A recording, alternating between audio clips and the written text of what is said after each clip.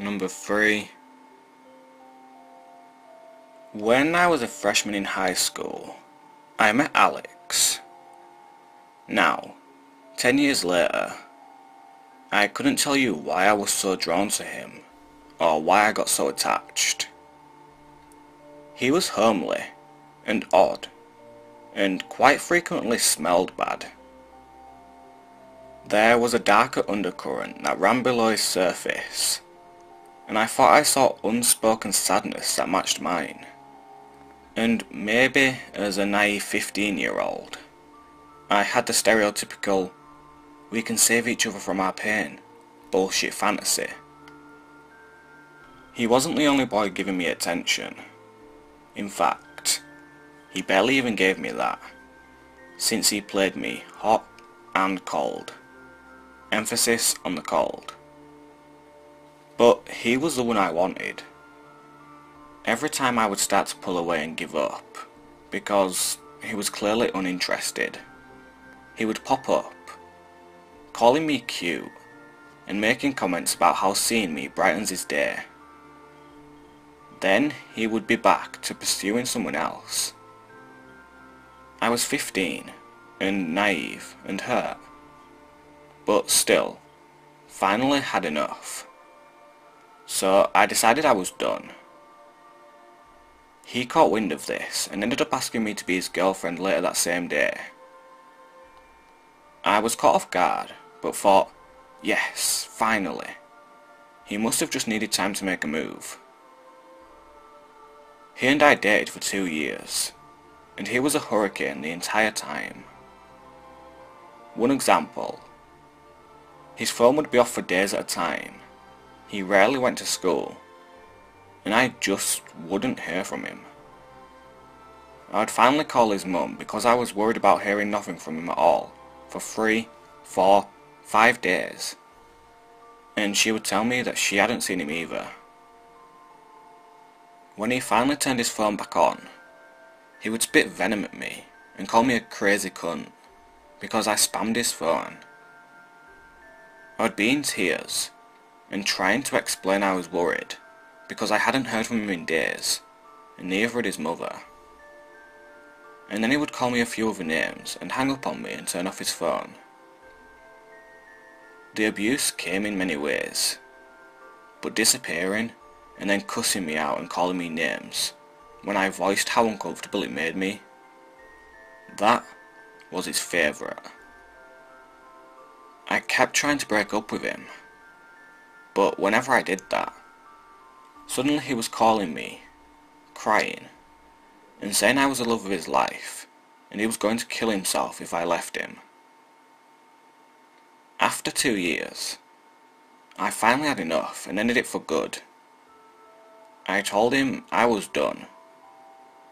I ignored his threats of suicide, and he kept begging. School was out for the summer, so he couldn't find me there, which meant he kept showing up at my house. Afternoon, evening, middle of the night. It didn't matter. He would toss bits of bark at my bedroom window, and he would sit out there for a long time, trying to get me to talk to him. I didn't know what to do. I thought he'd give up, and that it would soon be okay. One day, I was walking home from work. I was a block away from my house, and Alex came sliding up next to me in his car, pleading with me to talk to him. I told him I had nothing more to say. "Then let me talk, please," he begged. He was crying. I had no intention of getting back together with him, but I still hated seeing him hurt. I agreed to let him say what he wants so he could get closure. I sat in the car and told him to talk. He started babbling incoherently and kept trying to make me feel bad for abandoning him. I told him the conversation was over and that I was leaving. He locked the doors, and as I went to manually push the lock up on my door, he grabbed my arm and told me that I wasn't leaving. I panicked. I smacked him and shoved him away from me and scrambled out of the car and just ran the rest of the block home. He continued to lurk, spamming my inbox, drove by my house and place of employment. I ended up rebounding and started dating someone new. He was Alex's complete opposite and made me feel happy and light. However, once Alex caught news of this, he flipped out. He went ballistic. The calls and texts increased, both in frequency and in level of mania. He started to hang out right outside of the store where I worked. It was a small store in the mall, so I could see him, just standing there staring in at me. Management had to call mall security a few times, but he always came back. Eventually, his texts got threatening. He started saying things about how he hoped my new boyfriend was prepared, and he said that he was willing to go to jail to have me. My mum panicked and believed that I was on the verge of being kidnapped or assaulted. We had gone to the cops a couple of times, but they said they couldn't do anything because he technically hadn't broken any laws. We took the threatening messages to them, and they said they would start to file a restraining order and go warn him that he couldn't go near me or talk to me, or he was in violation of the order of protection. But he kept showing up anyway. One night, around midnight, the doorbell rang. My mum was confused and asked if I was expecting anyone. I told her no. She opened the door, and there, on the front step, was a card, a rose, and a burning candle. We glanced up and down the street and didn't see anyone, and we were immediately spooked, because there wasn't enough time for him to ring the doorbell and get out of sight already. You could see a long way down both sides of the street. Unless he was hiding in the trees along the house. This went on for a while. He kept following me and showing up at my work, which means he kept getting visited by the cops, and his friends even got involved and started threatening me for what I was doing to him. Eventually, the order of protection was placed, and all at once, everything stopped. But my paranoia, and fear, and jumpiness lasted for a long time after that.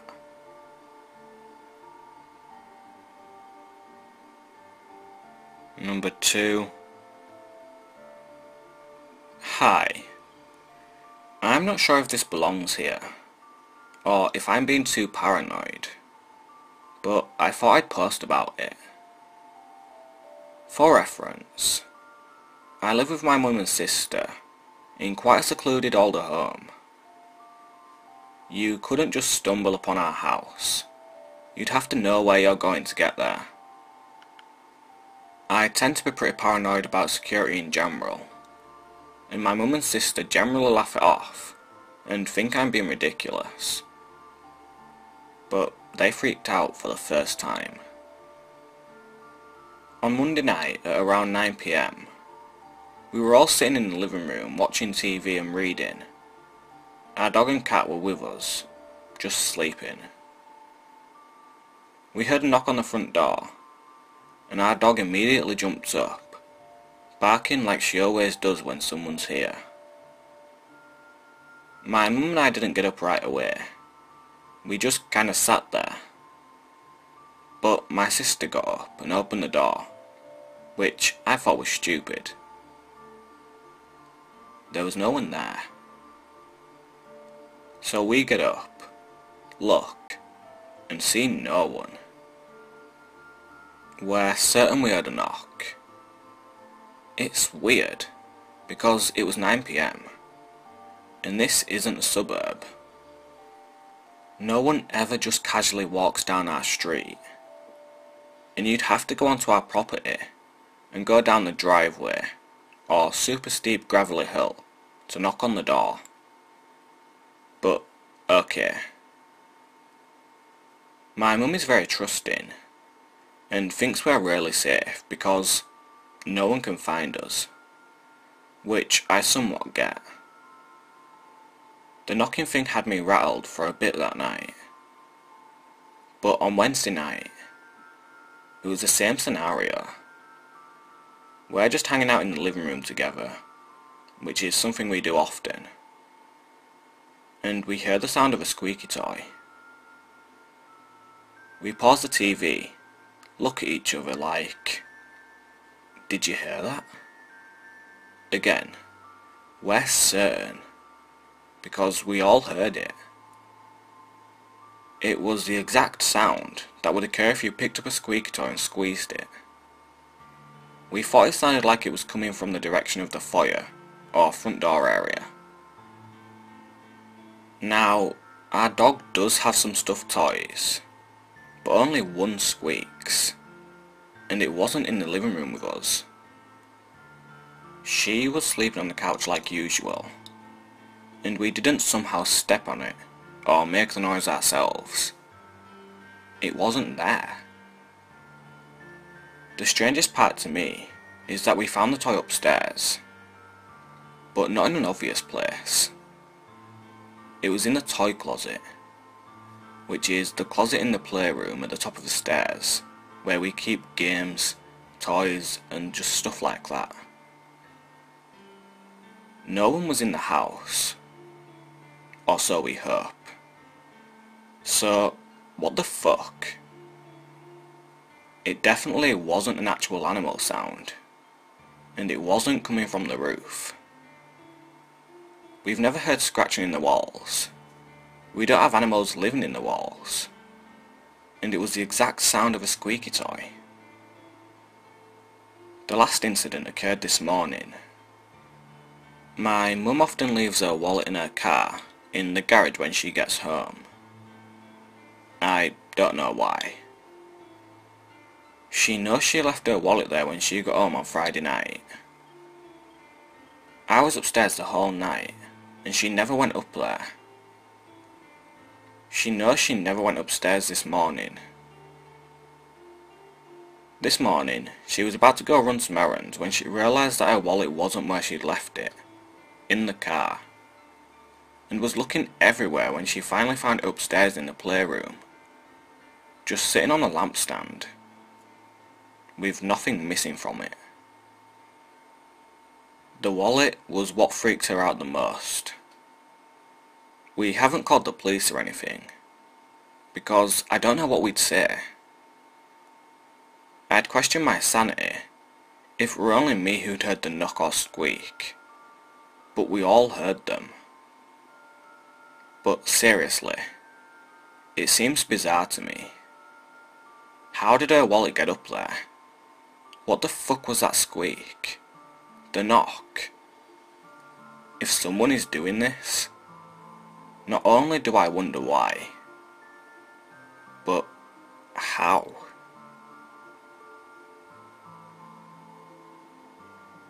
Number 1. My twin sister and I moved into an old duplex a couple of weeks ago, in a unit above 2 other young women. We got an amazing deal on the rent, considering that this is a nice neighbourhood full of wealthy families, and a very low crime rate. It's super nice. Hardwood floors, exposed walls, and more storage space than we even know what to do with. Giant closets in literally every room. My sister and I felt safe, and quickly settled in. A few nights ago, I was in the bathroom taking a shower. My sister was in her bedroom on her laptop. Even though I felt reasonably safe in my own home, I always made sure that the doors were locked, or deadbolted, and since we live on the upper level, I had no worries about people coming in through the windows or anything like that. My sister had forgotten to lock up after leaving a couple of times since we'd moved in, but fortunately, it didn't look like anyone let themselves in or anything like that. In my old neighbourhood, that was basically begging to get burglarised.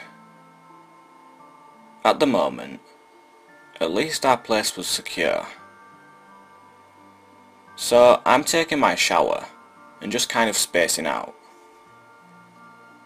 Our shower is one of those ones that's a bathtub with a wraparound shower curtain, like the one on screen. The curtain facing the door is opaque, and the curtain facing the wall and closet of the bathroom is clear. I turned around to rinse the shampoo out of my hair, just in time to see the bathroom's closet door fly open, banging against the wall. I'd like to say that my survival instincts kicked in, and I immediately got the hell out of there. But I just froze, my eyes going wide, and my hands still in my soapy hair. A man sprinted out of the closet, barely even looking at me, and ran out of the bathroom and around the corner to where the front door of my sister's room were. I screamed my sister's name and scrambled out of the shower, barely even stopping to throw a towel on, and I sprinted out the door after him, worried that he was going to try and hurt her or something. Before I even turned the corner, I heard the front door open and his quick steps down the stairs, and the opening and slamming of the front door as he ran out onto the street. My sister opened her door a second later, utterly confused, as I ran to deadbolt our unit's door, shaking and crying, and not able to even string two words together.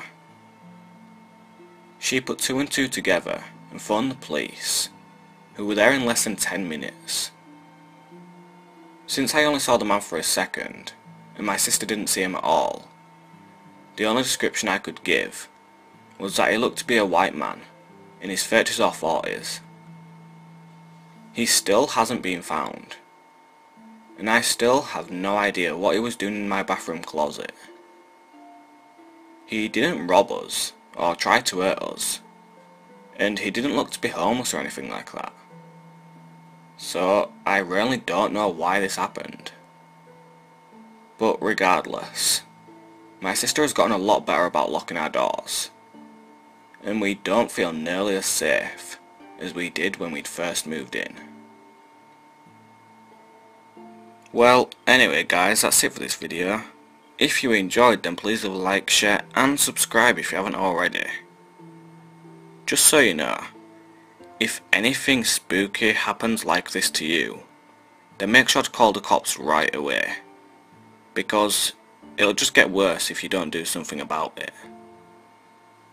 Also, if you have any scary stories of your own which you would like to have shared, then please make sure to contact me, link in the description, and you may be featured in a future video. Well, anyway, I hope to see you soon, and I'll speak to you later.